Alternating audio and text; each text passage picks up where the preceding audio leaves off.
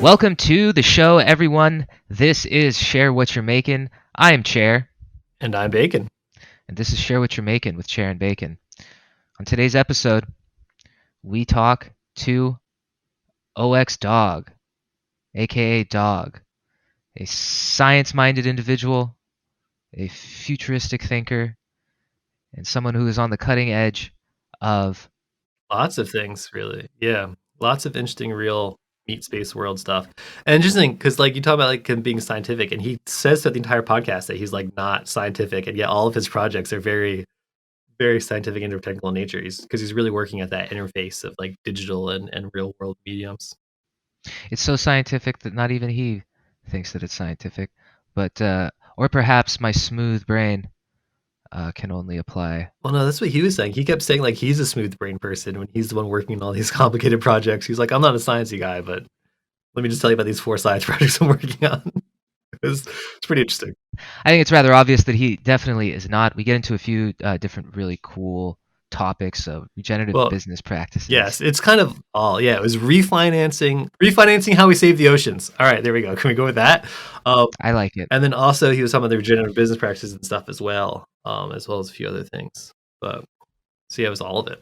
Yeah, definitely a good example of how we can apply how Web3 can be applied into real world tangible things beyond the scam JPEG and yield farming paradigm. So I'm very excited to share that with the listeners. You can find us on Twitter at Chair Bacon. That's Chair ChairBacon, Bacon, Chair Bacon. Please give us a follow. If you're listening on YouTube, go ahead and give that video the thumbs up. Hit the subscribe button. We are, as always, brought to you by Metagame. Follow Metagame at MetaFam on Twitter. Visit us at metagame.wtf.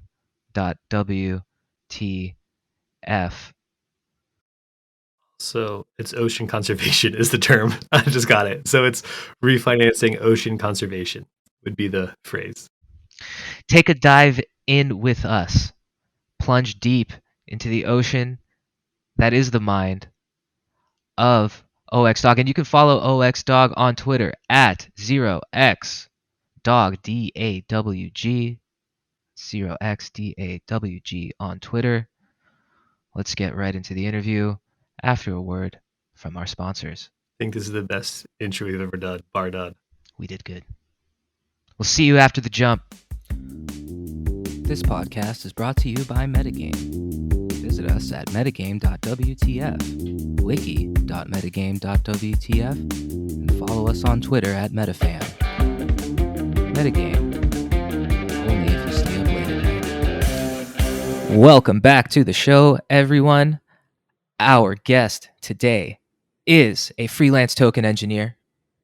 He has been deep in the space since 2017, a contributor at Deep Work Studios, and the famous Token Engineering Commons, as well as a founding member of Moonjelly DAO and the Natix network. Please welcome to the show, 0xDawg.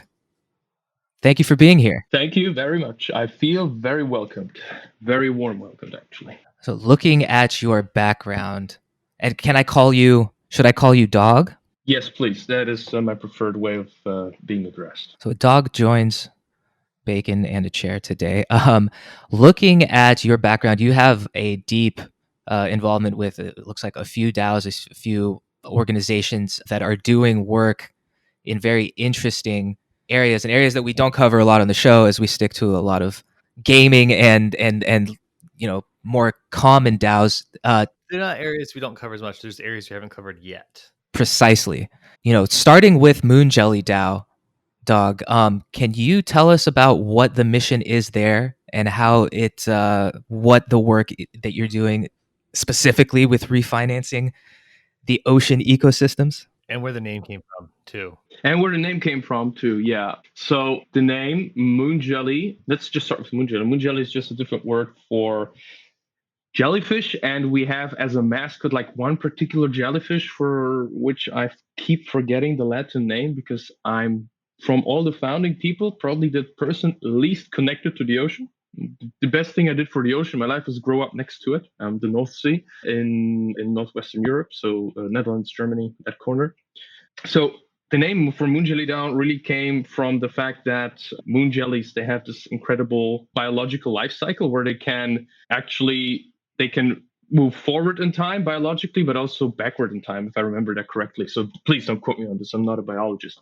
But amongst other things, really, moon jelly or jellyfish are just this in the public eye completely underrated creature living in the seas. And the same thing goes for a lot of the creatures in the sea. Actually, we know the least amount of knowledge that we have is about the ocean. We have underexplored the oceans for ever since we even did the first dives with the first research submarines and these kinds of things. We know remarkably little about the ocean. Recent research from the last 5-6 years is showing that actually the ocean is much more important, not just in how the climate works, but also in managing what is currently one of the biggest challenge for the climate, which is just carbon dioxide in the atmosphere. And animals, meaning the fauna of the ocean, is a really big factor. And what we're trying to get to is to have a very clear value proposition for people out there that have capital or time to deploy to help us actually decentralize the entire aspect of first ocean conservation and ocean ecosystem restoration, because both of these things need to be done. And only referring it to as conservation, which is what is kind of happening right now in the legacy space, this is how it's being referred to, is kind of not the right thing, because we have massively destabilized ocean ecosystems and we also need to regenerate those. So that's kind of where we come from. And so tell me a little bit about verified impact and how that relates to the mission of Moonjelly DAO. It sounds like a buzzword, but I'm very interested in that, because verifying actions beyond verifying humanity as one issue that we're facing in Web3, then there's verifying actions in the real world. So certainly that is, speak a little bit on that if you can. So impact verification, or let me just go a little bit more high level. Verification of anything that is not directly observable on chain is a fucking challenge. I mean, proof of humanity is cool. There are some weaknesses. I've been part of the initial wave of Bright ID verifiers for the Gitcoin. I don't even remember which round they introduced that, but it was huge. I've seen the difficulties of verifying such a simple thing only one time already. And the more complex the process that involves humans that you want to verify, the more difficult it gets. And even if you don't involve the concept of a blockchain or the decentralized ledger, even then it's incredibly difficult, right? So what's happening right now in the ocean conservation space, or maybe even a little bit beyond that, anything that is really related to sensitive issues around climate change or endangered species, etc. There are two really dominant global agencies. That's Gold Standard and Vera with double R. You may have heard of them. They've been mentioned a few times in the refi, kind of crypto refi Twitter, because of their decision to, or at least their public announcement to basically blacklist people who are trying to create derivatives of already retired carbon credits, which in their eyes, they basically don't like blockchain. Let's simplify that. I do invite everyone who's listening to this to actually look up that statement by Vera to understand a little bit better the kind of deep finance dynamics and the deep conservation dynamics that are going on in conservation space. Yeah, but let's let's try to break it down and get a little more specific. So you're talking about verifying proof of impact. Talk about what is an example of an impact that has been verified. Let's start there, I guess, since we're on that subject already. An impact that is not verified? That is verified. So let's get, you're talking about how difficult it is to verify impacts. Give us an example of an impact that you have verified, and how that worked. So we're still at the very beginning. We had internal debates about whether we should kind of approach introducing this entire problem sphere, if we want to call it this way, or problem domain to the market, looking at projects that have already occurred, meaning that we can point to them and say, yeah, we can verify that, even though already it has been verified by somebody else, which would kind of be a moot point, or whether we should look forward and actually find a project that we want to partner with that has not happened yet, and basically accompany it from the very beginning of inception to execution to scientifically accepted verification. And that's the path we're currently taking. So our first drop I already jump ahead a little bit, but our first project that we're going to introduce publicly is going to be tracking of whales. And verifying that is an interesting challenge because we could approach it in two ways. You could just, I'm oversimplifying here. You could collect funds from investors, donors, what have you. And then you could make it very transparent what is happening to that money, extremely transparent, reflect everything that happens to those funds on chain, and therefore claim that the impact has happened because you're at the very end, maybe, let's say, creating an NFT that encapsulates some data that is generally accepted to be proof that this has actually been executed on, right? Could be satellite images, could be sensor data, could also be all the invoices, everything blobbed into one. That's one way of doing it naively. The way that we want to do it for that initial project, and we don't know how we're going to do it for other projects because we have no general purpose mechanism to rely on. Yeah. So let's stick to the first example for now. Yeah. Yeah. So for the whales, what we have partnered with basically a whale researcher, and what we want to do there is fund the acquisition of satellite supported tracking devices that are then going to be attached to these whales in a way that obviously does not harm them. Nobody would accept that within our team, but that's an established practice. So we're going to fund first like long-term satellite tracking beacons. We're going to fund as well beacons that are mounted on the coastlines so that we can actually help receive the signal whenever the satellites can, so that we have more granular data. And we're also going to fund as a more advanced, very short-term version of tags that are attached to whales that are only, active for 1 or 2 days, but they actually capture very high fidelity data like video or movement data, so that we can actually have a very rich data set about how whale population is moving. And the idea how we can actually say this is something verifiable is that on the one hand, we verify the process. We have a science advisory committee that is outside the DAO that we're partnering with. They're also running an academy that is in the future going to basically educate potential DAO members that want to apply for this kind of work. And we end up in this way with two components. On the one hand, there's a human-based verification of the procedures and how it's all going to be executed. But we also have a data-based execution. What we're creating in the end are NFTs that are basically linking to the data that's being recorded by these whales, right? What I need to very, very clearly say here, these tags that are attached to an entire small whale population, they're not staying on forever. I mean, the half-life is the wrong word, but they usually fall off or get damaged or something like that within 1 to 2 months. So the longest ones go maybe for a quarter. So it's not like we're going to be able to track these whales like we can, track dogs or people through or cars for like 2 or 5 years. That's not going to happen. But what we then end up with is an NFT that, on the one hand, encodes the actual data that the project has yielded. And if it's a different project than a whale project, it might be longer term data. And that is actually encapsulated in what we call an impact NFT. And such an impact NFT is what is basically the mission of Moonjelly, to produce NFTs that wrap provably existing impact and turning that into an asset that is attractive to the market. And that is basically the challenge that we're facing. What do you think? So let me try to piece this together. That was a lot. So let me try to piece this together. So Moonjelly DAO, the ultimate way it works is it raises money on chain, I take it? Yep. And then it uses that to partner with a variety of scientific partners for different projects to then supply the funds to do like a research project, like your example, tracking whales, right? So you provide the money and then they give you the data back so that you can turn it into an NFT. So you can NFTize that data, like in this case, whale tracking data. And then you use that NFT of the data to verify that it actually happened. Yeah, that's pretty much it. And then you have this cycle where you have, I guess it's mostly donations and charitable donations that come in on chain, right? That is the state of the legacy space. We're trying to, what our work at the moment really is to try to change and turn the tables around a little bit and make that actually an investable activity. There's a problem here. So you want to try to sell these data NFTs? Is that what you're saying?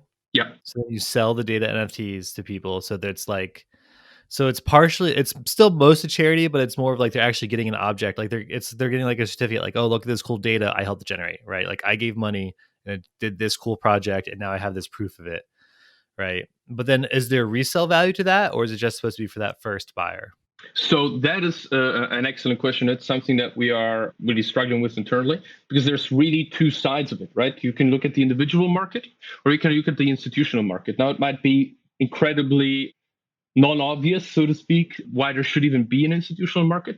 But there's the entire industry of corporate social responsibility, where corporations or other institutions are basically trying to whitewash, greenwash, or whatever, wash themselves by spending money on certain assets, on certain actions, right?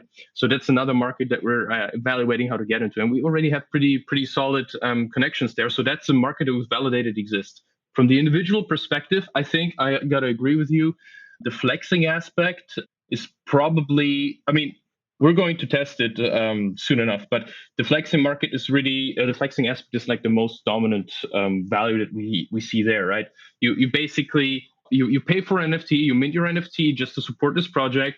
In exchange, you get a highly customized and selective piece of art, which is always, if you choose to, connected to the NFT, as well as the promise that the NFT will actually evolve over time with the project. And therefore, if there would be a living market, an actual real market for provable impact that something is actually happening that has downstream positive effects for the climate or for food security in a particularly stricken part of the region somewhere on the globe, or regenerating another species that is dependent on the species that you're actually tracking, these kinds of things. If there is a market for these kinds of proofs, then those NFTs would actually have a market value that would be part of something much bigger.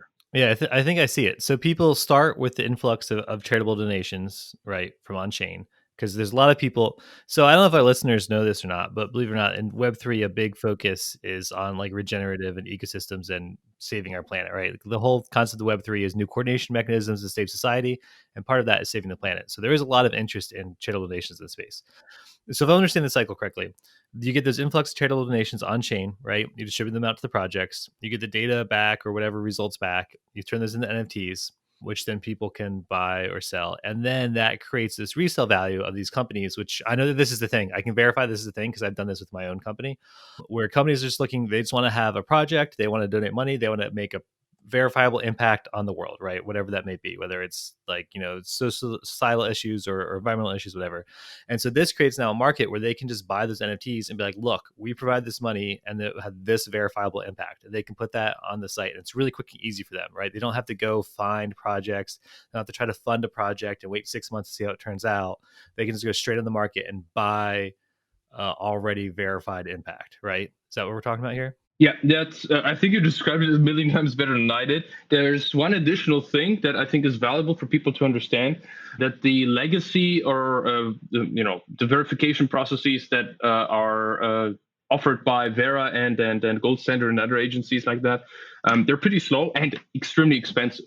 One of the things that really blew my mind way back in 2017, 2018 was the notion of having a marginless service, right? So a marginless casino or any kind of, or it's actually closer to the trend from OSHA protocol, the notion of public service networks. I really dig into that idea. And what I think in the long term, most seriously well-intentioned protocols are also striving towards is to provide a service to a general undefined public, whatever that may be, but offering it at marginal cost, meaning at a cost that is always adapted to the actual cost of providing that service and not really, taking any margin, which is not what these agencies do. These agencies have massive overheads. They really take a lot of money. And therefore, they are pricing out a lot of small projects that would never really be able to actually get acted upon because they would have to pay upfront to get validation from these gatekeepers, basically. So that's also one dimension of disruption that we haven't talked about. That's a good point. You're just taking out a lot of this marketing, a lot of this overhead there. So because for example, at work once, it was killing me, but we had this project. We have a whole team that does all sorts of charitable stuff. And we did this one project where we had these people come in and so we could all do this thing as a part of things. And it was billed as like, oh, we're gonna do this project to set up this thing that helps us. I don't want to give too many details, obviously, right? But we want to do this project on site where we set up these things and then it has this like good impact down the road charitably. And so we start setting it up, but then I start to realize they shipped all these materials to us. They had 3 or 4 people come on site to supervise the process. They trained us all for an hour and then we spent an hour putting together. I was like, this is a giant money sink. So I pulled over beside one of the organizers and I was like, how much did we pay for this? And somebody next to me was like, we paid for this? The person was like, yeah. And I was like, it all put together that what we were doing was we were buying the experience of having an impact instead of actually paying for the impact itself, right? So this wasn't us giving them free labor to set up these things. This was the labor was the product, and it was fundraising campaign basically, where it's like, okay, you can pitch in if you pay us, right? And then the actual thing that we're providing was actually the money, right? So this cuts out all the overhead, and it lets people instead directly give money to projects that have already had an impact and directly get that verifiable impact, right? Without having to make a show of it, right? And so cut out all that overhead, all that marketing that's involved in making a show of something, because the show's already been made, right? You're making the show on the front end in a productive manner. Yeah, that's an interesting experience, and it's kind of the thing that we're trying to engineer around. And it's I joined Moonjelly, or was kind of replaced the people who flew out sometime now, probably January, February. I think that's when we kind of got really deeply involved and basically married one another, the DAO and I. But yeah, no, I mean the team that obviously bootstrapped the DAO. Congratulations. Yeah, thank you. I definitely don't want to get married to real people. There's much heavier implications to that. It's terrible for your portfolio. Yeah, the investment opportunities just aren't there. Sorry? I said the investment opportunities when marrying real people just aren't there. You're never going to. The ROI is so bad. Yeah, I mean, you're basically doing what Joe McCann on Twitter recommended not to do. Instead of you basically no wait. I never understood his explanation of long tail risk and buying and selling that, whatever that meant. But I think marriages are incredibly risky political endeavors, actually. Yeah, well, that's fair. Sounds like you speak from experience. No, not at all. Just observation. Didn't mean to cut you off there. Yeah, recover from that chair. Recover from that. We might have bumped you off track for a second, but there's something sorry, we can sorry if this kind of diverges, but the notion of chain link oracles or let's just say oracles for impact, how to measure it in a meaningful and long-term way. Migration of whales might not be the perfect example, but something like measuring the effects or the pollution levels of an environment, or the effects of, a brand new processing plant is built. We need to measure the effects that it is or isn't causing on the environment that it was built on, verifying that they are in fact keeping up to their end of the bargain or not. Does this sort of fall in line with the work that Moonjelly is doing? Beyond ocean, let's say if we're specifically thinking about ocean, perhaps measuring particulates or I don't even know. I'm so far. I feel out-scienced by you both, but is that the direction things are moving in, and that creating a sort of Internet of Things, of sensors, perhaps creating oracles that are able to track all sorts of things? Very, I mean, I could nerd out over this forever, because the thing. So I actually last year wrote a small, in my personal opinion, not a very impressive but not very wide-ranging report on the state of the Oracle ecosystem in last summer, but obviously it's outdated. I mean, at the pace that crypto is innovating. But the Oracle idea, the idea that we have a way to query reality to get the information you need to actually start providing downstream value by adding information that the Oracle doesn't have. The Oracle is a stupid thing. You just query it literally like a database, right? But with the information that you get, you're then able to use the latent information that human beings have in their minds to actually start adding value. It's like the very same process that we see in manufacturing, right? You just get stupid metal ore from the earth, and then you start adding value by refining it. Then you throw it in a smelter, then you build something out of it, then you build smaller things and all these kinds of things. And what I really find incredibly exciting and inspiring is to just enabling the same kind of processes for information. And that's basically what distributed ledgers and the apps built upon them, and then the apps built upon those apps, which are just software in our minds, actually enable. So to get, again, leave the sky and get back to basically the ground. That is the long-term vision, really, to have a way to technically and verifiably ascertain certain actions have happened, right? And that also is a great segue to the second topic of conscious cities and what we're doing at Natix Network, right? But with respect to the ocean, there's a problem. It's simpler, for instance, for the carbon dioxide space, the space that is really trying to as simply as possible, remove carbon from the air, because there we can rely on certain scientific instruments that are based on satellites in the air and that you have spread out over the whole globe, so you can measure stuff independently. You can even apply the consensus rules that we've learned over the years to actually ascertain that nobody's faking any data to get any money out of a certain pool, right? So there's a very high chance that the data that you're kind of procuring this way is actually correct, because you have methods that have been developed over decades that actually measure stuff, and you know that they measure that stuff.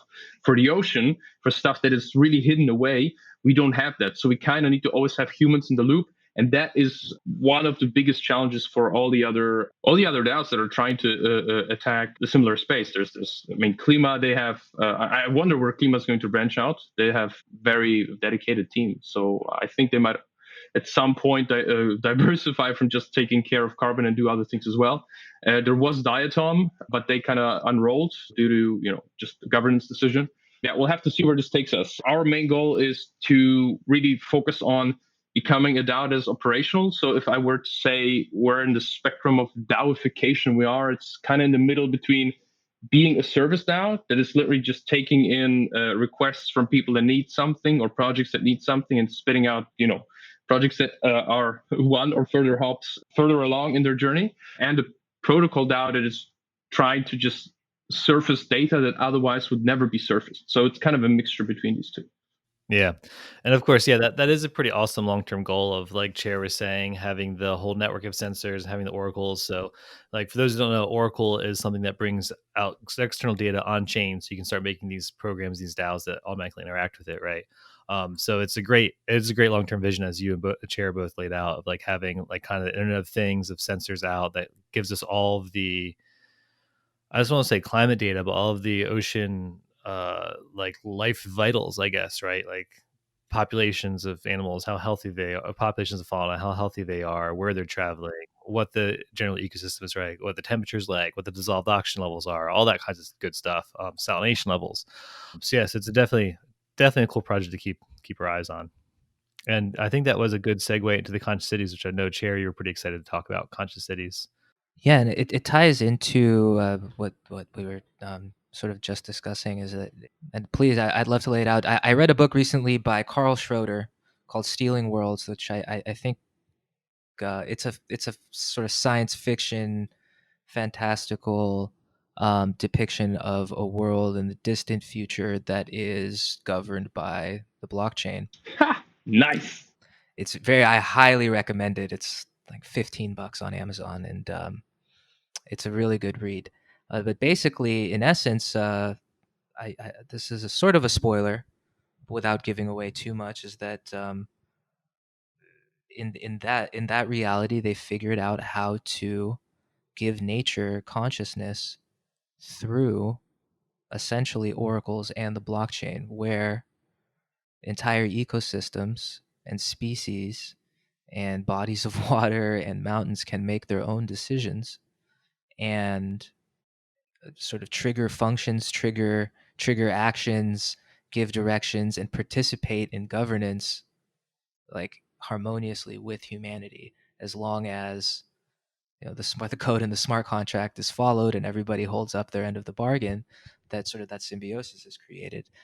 So when I say, like, creating conscious cities, that really strikes me is that we might not be. It looks like we're starting to go down that road. So please tell us more about the work Natix is doing. Yeah, man, that division in that book I have not heard about. The book is pretty extreme, so I'm not sure we'll be able to match that level of expectations. But I think what would be the best entry point, the best way to connect Natix to that?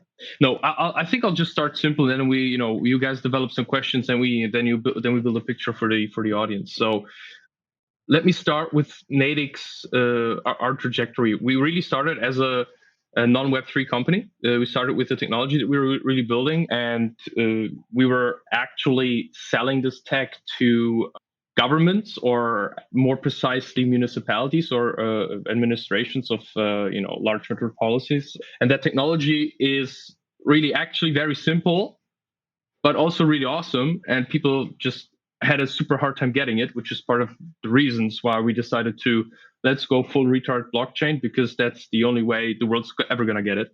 So the tech that we have developed is a middleware for cameras that are not stupid cameras, but that have some sort of processing power or that are attached to a processing node to anonymize the video stream.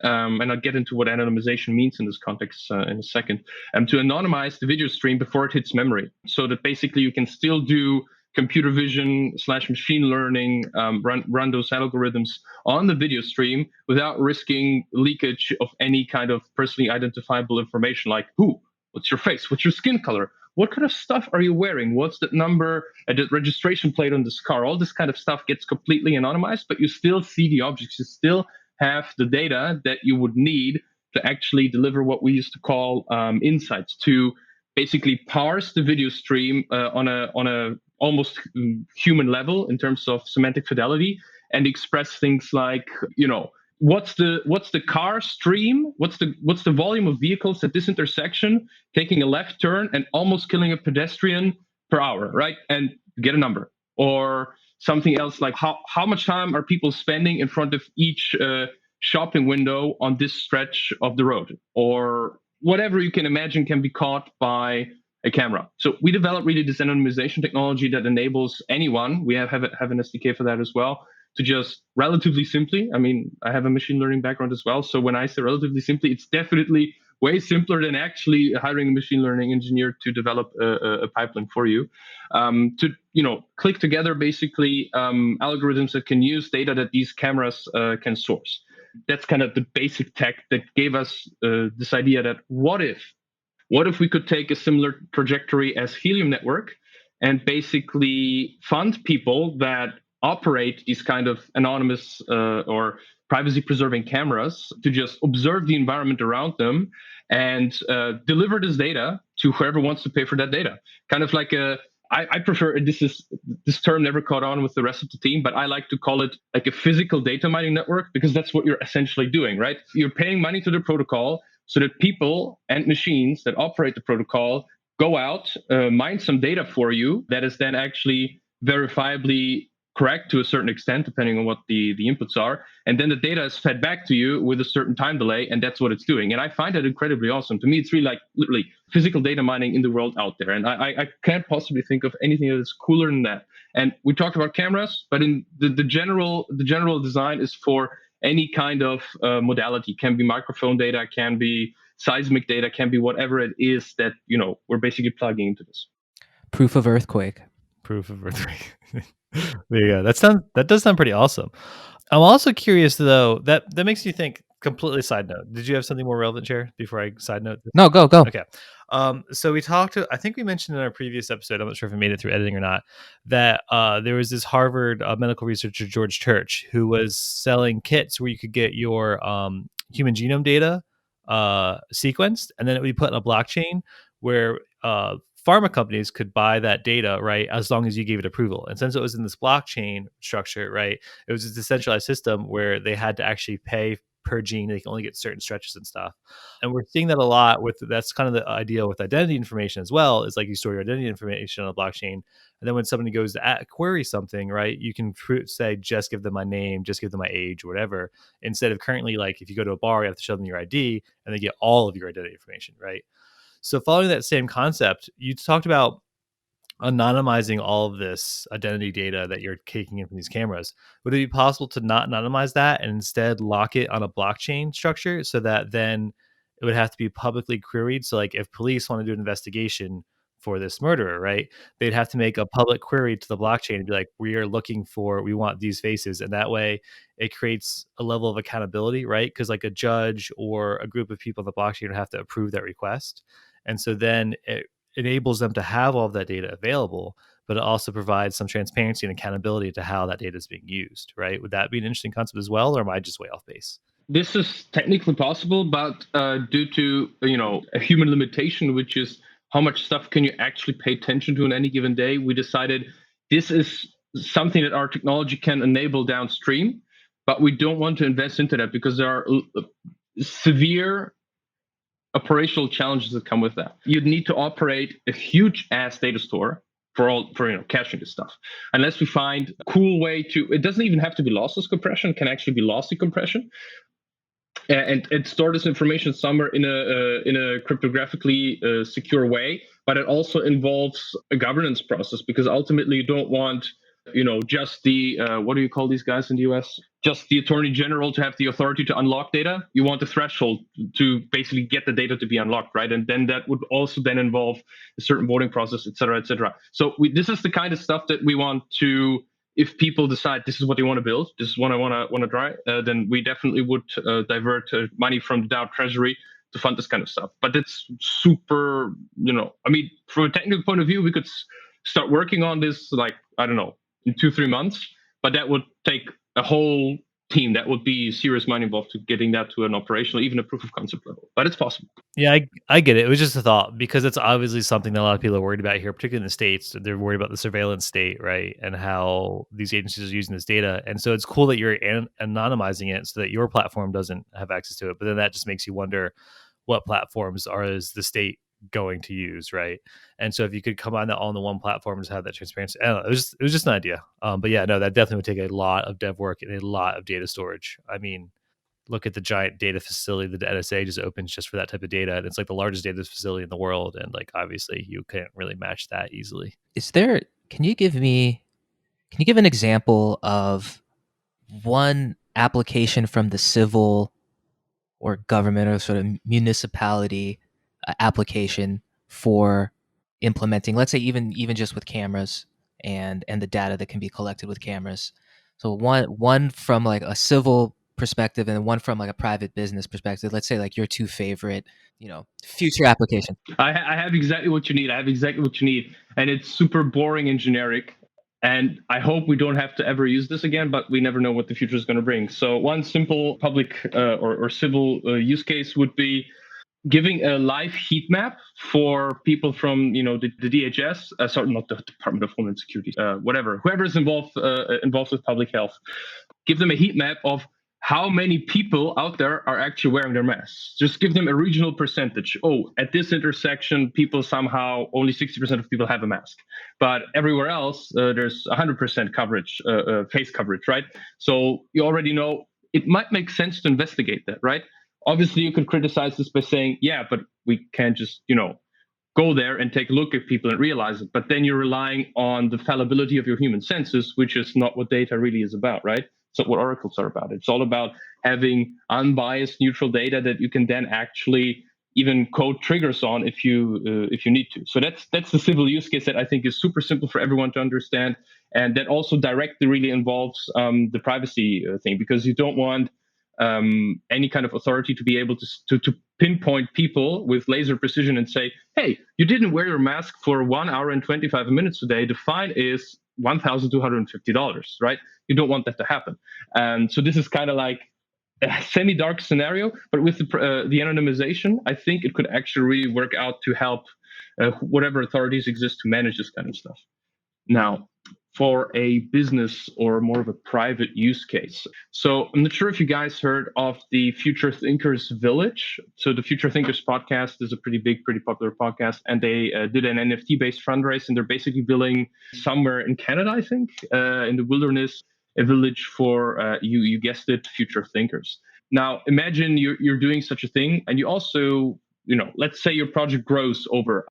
Okay, this is not really a business use case, it's more of a commons use case. So maybe I should drop that idea. But the thing that I mentioned before, monitoring the value of certain real estate valuations, which is also work that I've done in the past, also from machine learning perspective and the UX perspective.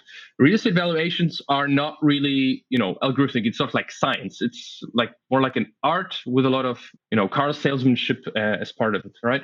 And the thing is, it would, in theory at least, be a great idea to have at least some more reliable data inputs, more data that you can basically feed either into humans or algorithms that then come up with these valuations. So when we talk about commercial real estate that's retail based, it would be useful to just see, okay, how much time are people spending looking at, at certain decorations and certain, boutiques, right?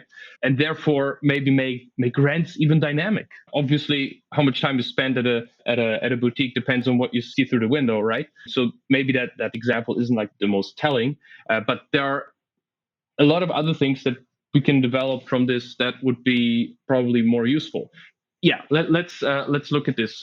So depending on where you are in the world, in some places it's a public service, trash collection, but trash collection can also be privatized fully. And some countries are, going back and forth between these two extremes. But if we just take as an example, a region where trash collection is privatized, and private businesses interested in driving margins as high as possible and costs as low as possible. So going everywhere to just collect trash that is based on a schedule is something that works and we've accepted as a standard. But what if you could really do everything on demand, or actually even have data that could then be used to put bounties up for other people to do the work? So you don't even have to maintain as big a fleet to just collect trash. I mean, that's already a little bit constructed, but I think the audience or you guys can come up with a million other ways that could be used if you just had the data and you could trust that the data is correct, because it's not people aren't really sufficiently deeply involved to bias it in any direction. The real estate example that you give, and the trash collection makes perfect sense as well, and it almost sounds like the grid plus electric or electricity project that's happening. The Grid Plus? Yeah, there's it's so they harvest solar energy. They're in Texas. They're like a licensed Texas energy provider, and they provide energy on demand for homes that are hooked up to their system. So you only buy exactly the amount of electricity that you need from the, I don't know if it's an auction or how people bid to, but you buy it from the lowest for the lowest price that you can, and anyone can provide power to the system and use the system as long as their house is hooked up. But the real estate example actually makes a lot of sense. In a past life, we were looking for retail space on a major city street, and the price was exorbitantly high, we felt, and the owners referenced the 50,000, let's say, cars that pass this location every day.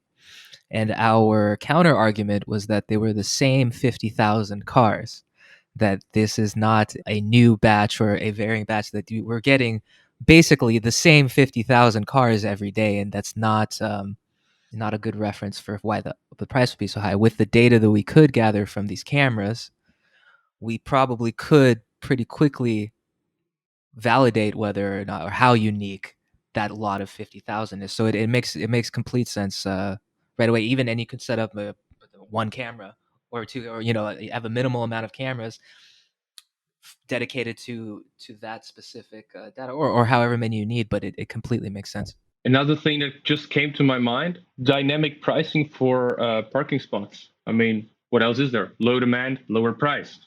Obviously, there are some implications to having this kind of thing in the city, but this is something that could work, and it's just actually easily implementable. We in the kind of legacy company that we're spinning out of, we actually have this as a service, as a feature that you can basically subscribe to, parking lot monitoring, right? And we have some additional features as well. It's so yeah, that's very, like, now it makes complete sense. So what projecting, like, how to get really conceptual, how far away are we from your in your perspective, from your perspective of, when self-conscious, self-sovereign, self-aware, and governing cities? Are we 50 years away? Are we 20 years away? Could it possibly even happen now, where, if sensors in a certain area are picking up a lot, an excess amount of pollution that they know is coming from these city centers, can they shut down, the environment can decide to shut down production today, or until the wind picks back up, or, like, how far away are we from this, from in your mind? So what you're addressing is not just a protocol problem; it's a social coordination problem that obviously we're trying to exactly solve. But it's going to take a lot of other projects and a lot of education of the general public to just really understand and accept these kinds of systems. So if I were to give you a timeline, I think the earliest, most innovative cities that have the great problem of having way too much money and way too few people and an authoritarian government that helps them implement stuff quickly, I think they can get to that in the next 5 years, with or without blockchain technology. But a kind of more widespread adoption, let's say at the early adopter segment of the bell curve for 10 years. I mean, the thing is, where does it happen quickly? It happens quickly there where you have a weaker kind of civic engagement and less of a history of, just involving as many people as possible in governance, right? In Europe, it's going to take at least 10 to 15 years, probably more, probably 15 years as at least, to just even find a region in Europe that actually works this way as you described. That's the expectation. And I think it's pretty realistic, to be honest, because the integration efforts of the systems, they are kind of predictable. But what's unpredictable is the human element that can accelerate or slow down the integration of these systems. And we've had the experiences with governments in the Netherlands, administrations in the Netherlands, in Germany, in Luxembourg, in Bulgaria, I think as well. We did not have a project yet in the US, but the human element is the weak spot. That's all I can say. Always. It's us humans who are weak. Mm-hmm. And we touched on it a little bit with regenerative business practices, but something that we should dive into. There are so many industries and businesses that are detrimental to the environment that they are in, or producing products that might not be the most beneficial to humans, health-wise or mentally, or both. But what is regenerative business practices in the context of Web3 and where we're going? How to frame that for a dummy like me? Yeah, I'm not that far away from being a dummy myself because I just had this revealing, really, conversations at an unconference in Brussels last month, end of May. Regions Unite. You may or may not have heard of it. And I actually ran into these people during ETH Amsterdam. So Ethereum's kind of Amsterdam Blockchain Week, as I prefer to refer to it. And it's been really mind blowing. My entire definition or understanding of what I think regenerative anything or regenerative action or regenerative business really was wrong, because I was, like most people out there, I guess, really focused on the communication around carbon dioxide or any kind of climate gases and their emission and regenerating the climate, etc. And maybe I was also tangentially aware of, hey, yeah, there are some species that are going extinct, so we should do certain actions like, correctly gauging the impact of building yet another to power plant or anything. But what I learned from an extremely smart and involved and dedicated individual, Graham Boyd, I can mention his Twitter later on. I think it's really important to follow this guy.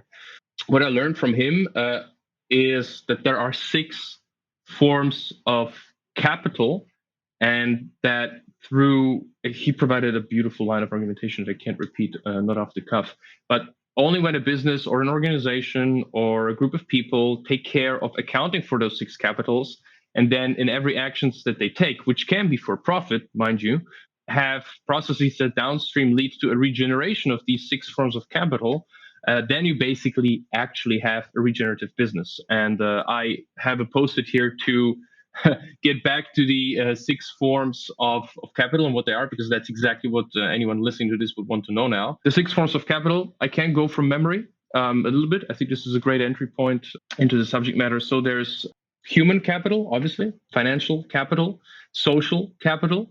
There's the other 3 I can't really piece together. Oh, natural capital, of course. I mean, so having a forest, having land, having ways to provide, to just have a living ecosystem, biologically speaking. The other 2 are a little bit more contrived and involved. So I would definitely recommend to just follow Graham on Twitter and ask him directly, or, read his resources, read his books. But the real insight for me for that workshop during Regions Unite was that I was only focused on maybe 2 of those. I've had in 2020, when COVID was like in in very deep, in very active overdrive mode, this insight that actually what some of the DAOs that are out there and have very engaged contributors, what they're not really taking into account is the cost of operating humans inside the DAO, right? When you there are few DAOs have mechanisms to just take care of mental health of people, and by over contributing as I did, I burnt out over a DAO contribution once at least. You're basically deteriorating your human capital. You're not regenerating it, and that's the kind of understanding that's now budding and growing inside me, that these 6 forms of capital really need to be understood and regenerated whenever you're trying to build a organization that you want to be sustainable in the long term. And this is really a nice plug into what I consider the most important challenge for all the Web3 projects out there, right? It's easy if you're building something that's very sharply defined, like a money streaming protocol. Then you have a sunrise and a sunset of the time that humans are involved with that protocol, because at some point the smart contracts are validated, battle tested, you can burn the admin keys, and the protocol just exists, and people are not involved anymore. But when you have something more complex that has humans in the loop, will forever, for perpetuity, involve human beings, then you kind of need to make sure that it actually has the power to survive without engaging with, or relying on pushing externalities away. My conviction really is, a lot of the petroleum companies, car companies, whatever, that have become incredibly valuable and that have existed for almost 100 years or longer. They had that opportunity to do so under the non-regenerative kind of economic paradigm, simply because they had the ability to externalize certain things and drive certain narratives that people were very receptive for. But those kinds of things are not going to be possible in the long term. So the question is, how can we ensure that small things with small pools of capital in each of the 6 capitals have a high likelihood of surviving and thriving in the long term when they're sometimes facing competition of very well endowed organizations that may or may not be regenerative. So those are the kinds of questions that are going through my mind on my journey to really understand what regenerative action, regenerative business, and regenerative finance means. I was going to add, like, is there a golden example that exists right now of a business that's practicing these things as ideally? Is there anyone out there to point to, or is this more of a?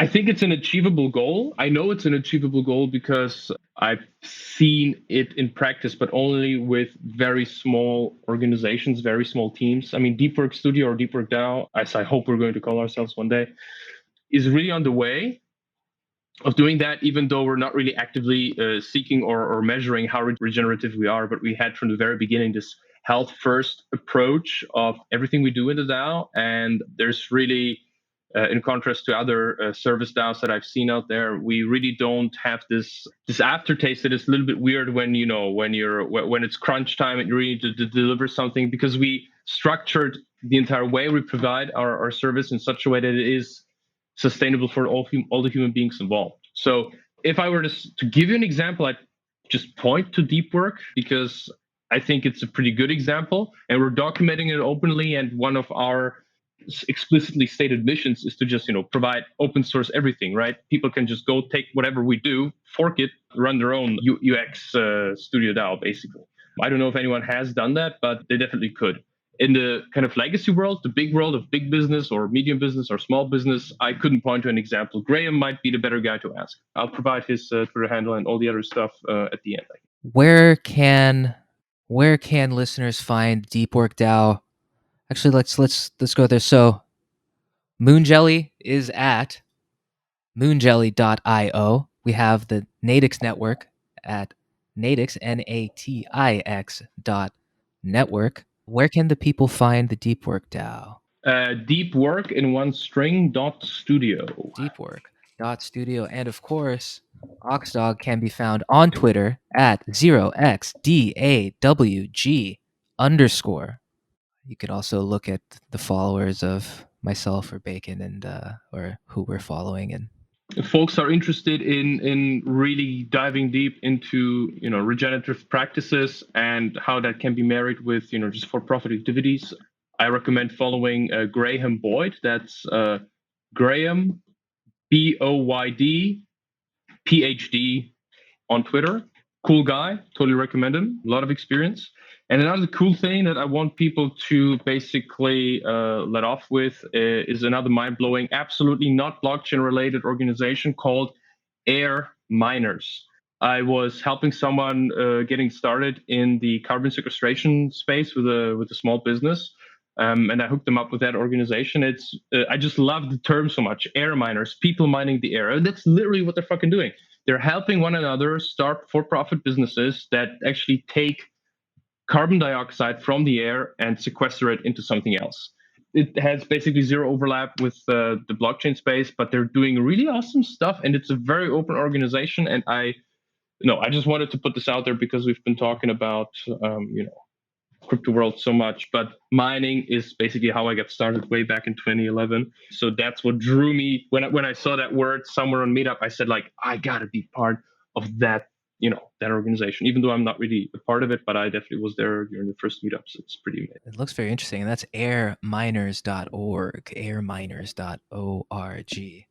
This has by far been our most intellectual conversation, our most profound in terms of like future impacts and implications of and possibilities of Web3, blockchain, the technology that we are all leveraging for less important work currently, but building the foundation certainly for the things. And it's rewarding to hear that. It's pleasing to hear that people are thinking about the deeper and working on really thinking about and working on the parts of this technology that's going to save humanity potentially. So we would love to have you back on, Dawg. I'd love to ask, like, if we have you on in the next 6 months, in terms of like 6 months from now with Moonjelly DAO, what are we looking towards, or maybe even if it's a year from now, what would you love to see executed in terms of the ocean ecosystem work? Regarding Moonjelly, so I would really love for us to have launched at least the part of Moonjelly that really gets people involved. We didn't really talk about a lot about the details. I didn't really like shill or pitch anything here, but we are heavily leveraging NFTs. We talked a little bit about the flexing aspect, the collectible aspect, and the kind of donation aspect of wrapping the impact in an NFT. But we are also spearheading what we call community NFTs, meaning NFTs that are basically your web. If you guys are from metagames, so meta profiles. It's like meta profile as an NFT, so that is actually dynamic, but you actually have a changing visual representation of what's going on, and it's actually tied to how you're onboarding yourself. If you're going through certain courses or learning certain things, or you get attestations from other members that you're doing good on a certain development track, which is also something that is being worked on by a number of groups. There's Onboard, there's Deep Work that has its own spin-off that is Deep Skills. There's a lot of people working on this from many different angles. What we're really trying to create is a living group of people that are trying to upgrade themselves as human beings and then become able to serve the ocean. So in 6 months, I definitely think we should have that live and online in some way. Obviously, we'll be iterating and improving that over time as well. And with respect to Natix, 6 months, somewhat short, but what I can tell you, at the end of this year, we should have it's more like a work to earn situation. But we also have how we're bootstrapping the network is really the main challenge. And what we're going to have is people being able to own virtual squares or hexagons of the world, where they then basically provide some skin in the game, where they think value will accrue first. So we're kind of turning this entire aspect of, okay, where will data mining through Natix network actually happen into kind of like it's not a prediction market per se, but you can look at it as a prediction market, because where you see capital being risked is where the expectation of something being valuable in the near future being a little bit higher. But I'm just teasing here. Hopefully launching at the end of Q4. That's very, very exciting. How do you have the time? Where do you find the time? Just one of these projects is enough probably to Do you find yourself as swamped as we all do? I am extremely swamped, man. I literally, if I can give a life hack to anyone out there who's at least running an Android phone like if you never want to miss a meeting again, install what's it called? I think it's simply called Calendar Alarm, and just live by calendar and allow anyone to just throw meetings into your calendar, and you will always get a very loud alarm at intervals that you set for a meeting. I haven't forgotten a meeting since. It's the best thing that has happened to me, because I've been missing meetings sometimes because you're just a human being.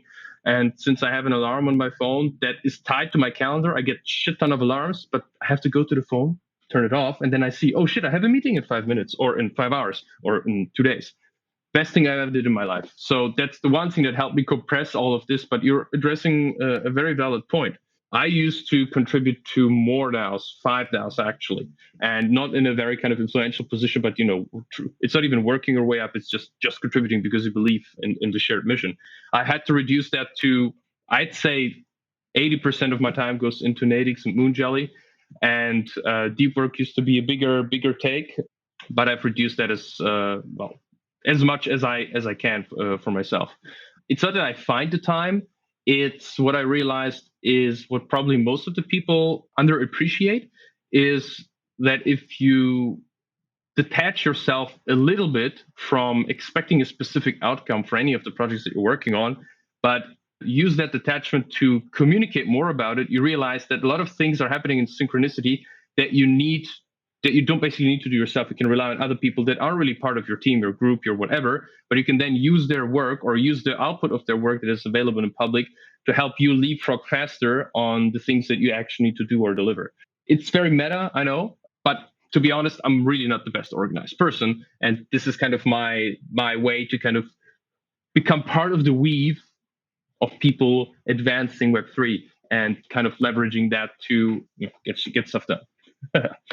I've never been so meta before on a podcast. Holy smokes! It's something I think it's endemic to the Web3, or maybe not endemic, but we're seeing it in the Web3s. It's moving and growing so quickly. It's so exciting. There's so many new pathways that are being broken into, things that weren't possible previously, that I know I found myself completely overextended because there's so much exciting stuff happening. And so I think it's something we're all relating to, and there is a limit to how many DAOs you can be an active contributor to, let alone participant or paying attention to in a meaningful way. So it's we need to do an episode just on that, although it's a popular topic recently.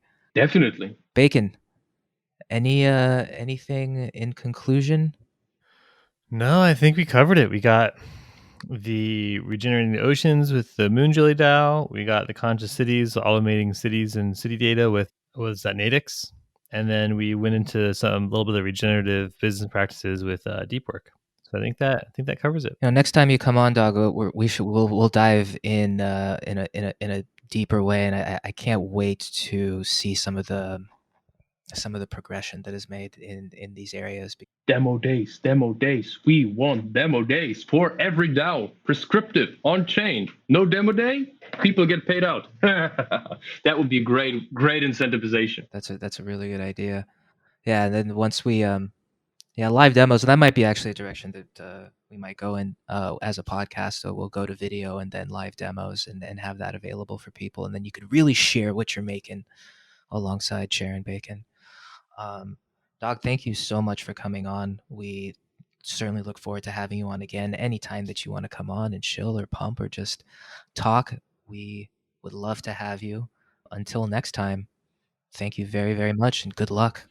Very happy about the invitation. Thanks. And looking forward to making it happen. Enjoy the rest of the day, guys. Follow 0xDawg on Twitter at 0xDawg_. Thank you very much, folks. This podcast is brought to you by Metagame. Find us at metagame.wtf, wiki.metagame.wtf, and follow MetaFam on Twitter at MetaFam. Metagame. You'll leave with more questions than you started with. And there it was, our interview with 0xDawg. Indeed. It's inspired me to pick up a scientific journal, or perhaps an old textbook, dust it off, and I mean, if you're being serious about that, I have a few you can borrow. I have some real nice journal articles you can read. I might take you up on that. Can you send me a link to the Google Scholar link? Yeah, sure. I mean, I have files and folders of ones both digitally and actual physical printed out copies as well. So, as we learned during the episode, Bacon is somewhat of a scientist himself, and so that is why we have used the word science so many times so far. Yes, I have biochemist by training. I think not by trade, but by training. I don't know, whatever you call it. Folks, Metafest 2 has come and gone, and you can find all of the videos at the Metagame account on YouTube. Search Metafest 2.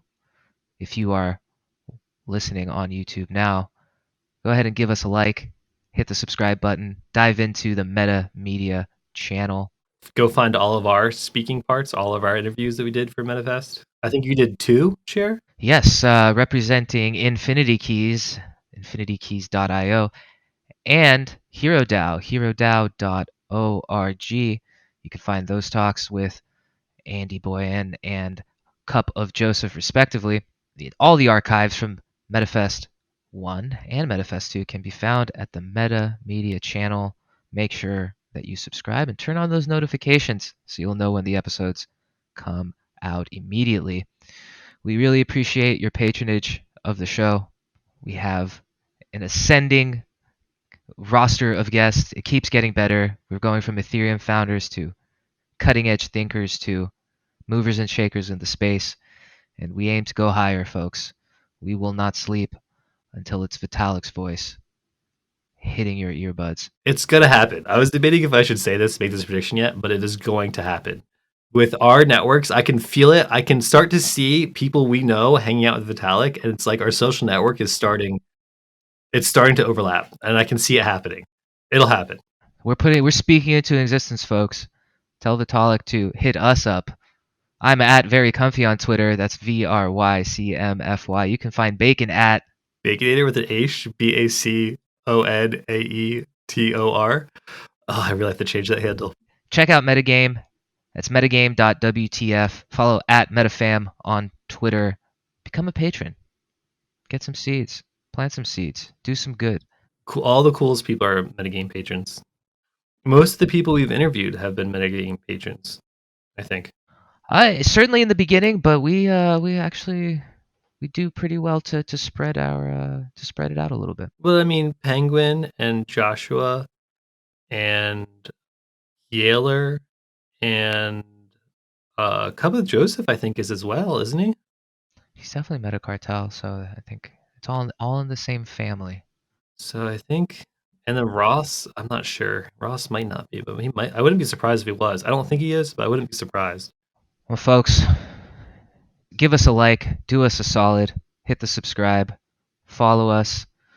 We're only going to aim to bring you interesting and informative content. We are not selling anything other than metagame. We appreciate your patronage. Thank you so much for listening. Big shout out to our editor-in-chief, Yulia, who does all of the nitty-gritty work. We could not do a thing without her in terms of bringing this package to you. Yes. She does all of the editing and shipping and posting and show notes, and we cannot thank her enough. Yeah. Well, there's a team that does the show that she works with for the show notes, and I cannot remember her name. I cannot remember her name off the top of my head because it changed a couple times on us. But yes, there's the whole. So thanks. Karmatic to the whole Acid has metagame. done a lot. Yeah, and then there was Rose 8 for a bit. It's Chromatic Acid, Rose 8, and now it's someone who I'm blanking on. This show is definitely a testament to what can happen with metagame. The different tentacles come together to serve the greater good that is promoting this new wonderful technology that we have at our fingertips. So thank you, folks. We'll see you on the other side. Until next time, I'm Chair. Bacon. Thanks for listening.